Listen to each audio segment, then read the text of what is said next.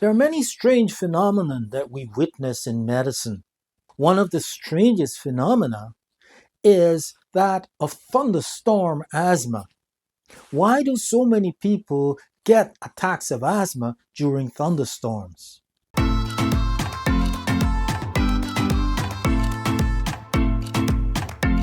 On November the 21st, 2016, 10,000 people appeared at various emergency rooms in Melbourne, Australia, complaining of the same complaints.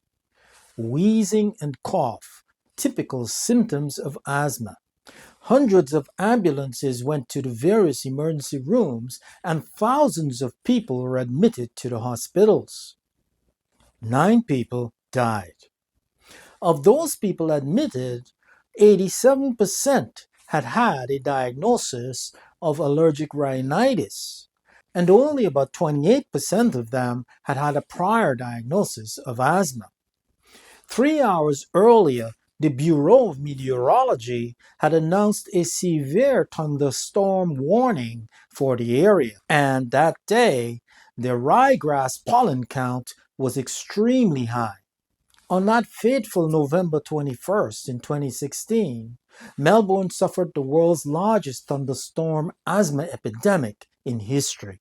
Asthma is a disease of the airways in which the airways become inflamed and tighten, and this is accompanied by a large amount of mucus production. This results in coughing and wheezing and chest tightness.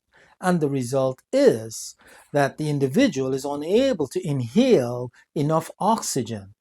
This means that people suffering from asthma can literally suffocate and die. In fact, the World Health Organization estimates that about 500,000 people die every year from asthma.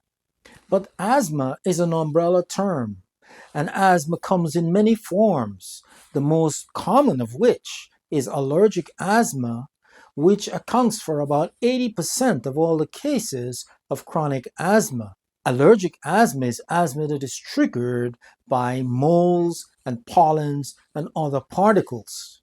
When a thunderstorm approaches, the warm air in the front picks up pollen particles, and these particles rise with the warm air to the clouds. Here, the moisture contained in the clouds and in the rain cause these pollen particles to swell and burst, fragmenting into hundreds of allergenic particles. These smaller fragmented particles are then carried down to the surface of the earth by cooler air. And as the cooler air front spreads out, it concentrates the pollen particles and spreads them out across metropolitan areas and cities, wreaking havoc among people who are sensitized to these particles. Pollen particles are generally too large to penetrate deeply into the lung, so it is these fragmented particles that penetrate deeply into the lung and cause asthma attacks during a thunderstorm.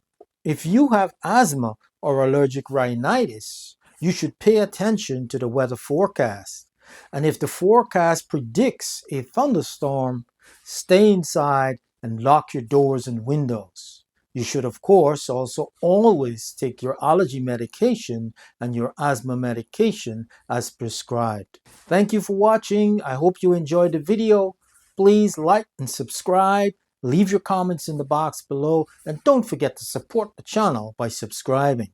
Until the next video, stay healthy and stay safe.